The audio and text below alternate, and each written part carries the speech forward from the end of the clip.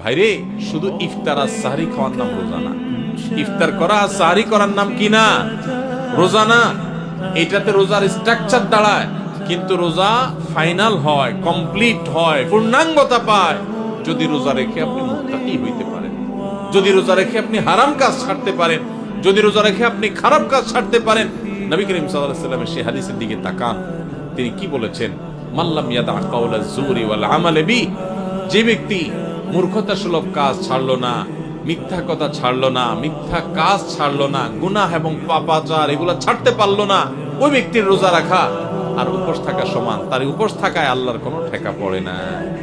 অতএব এই বছরের রমজানে আমরা আসেন আগে থেকে পরিকল্পনা করি, ভাইরা আমার, আল্লাহকে সাক্ষী রেখে আল্লাহর সাথে কথা দেই, আল্লাহ এত বছর রোজা রাখছি, তোমার রোজার মর্ম বুঝি নাই, এই বছর আমি রোজার মর্মটা একটু বুঝে রোজাটা সঠিকভাবে রাখবো।